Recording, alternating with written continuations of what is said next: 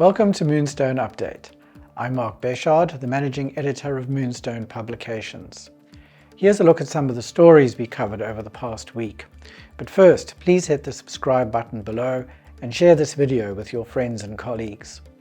The FSCA has outlined how it intends to promote transformation in the financial sector, both now and once the Conduct of Financial Institutions Bill becomes law.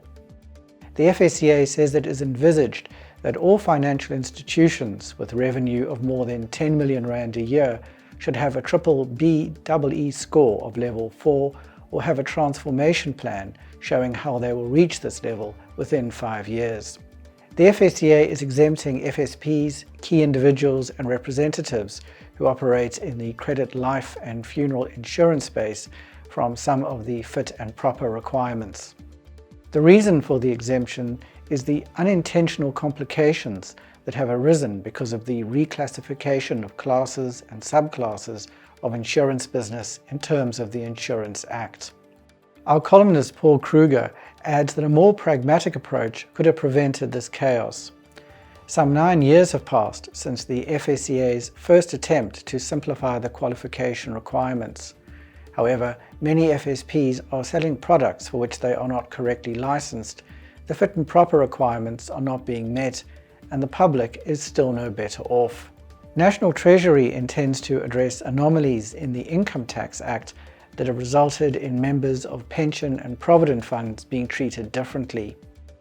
Among other things, the proposed amendments will affect transfers from pension funds to provident funds, the taxation of lump sums received by provident fund members who retire before age 55 for reasons other than ill health, and the protection of vested rights when transfers are made to a public sector fund. A loophole in the Income Tax Act allows individuals whose tax residency ends to double dip into certain exemptions and exclusions. It means that such a person can have 2 consecutive years of assessment in a 12-month period. This allows them to claim exemptions and exclusions available within a single year of assessment twice during those 12 months. This loophole will be closed. The government has announced proposals to ease exchange control restrictions for individuals. However, the budget review also says that regulators are developing several interventions when it comes to crypto assets. One of them is to bring crypto assets under the exchange control regulations. If this happens, cross-border transfers of cryptocurrency may have to get prior approval from the Reserve Bank. National Treasury will publish a discussion document dealing with the tax treatment of collective investment schemes' trading profits before proposing amendments to the Income Tax Act.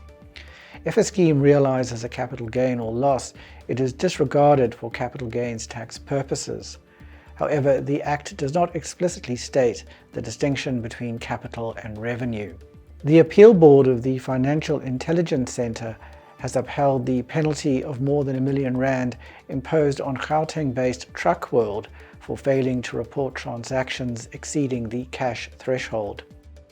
The Appeal Board said a financial penalty will send a message that non-compliant institutions must not expect to get away with a slap on the wrist. That's all we have for this week.